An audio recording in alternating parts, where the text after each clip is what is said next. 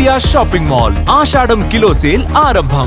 కాళేశ్వరం ఎత్తిపోతల్లోని మేడిగడ్డ, అన్నారం, సుందిళ్లపై నివేదికను వేగవంతంగా ముందుకు తీసుకెళ్లాలని నీటిపారుదల శాఖ ఉన్నతాధికారులు నిర్ణయించారు.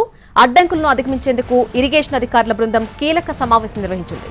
నిపుణుల కమిటీతో పాటు ఎన్డీఎస్సీ అధికారులతో రాష్ట్ర ప్రభుత్వ అధికారులు చర్చించేందుకు నిర్ణయం తీసుకుంది.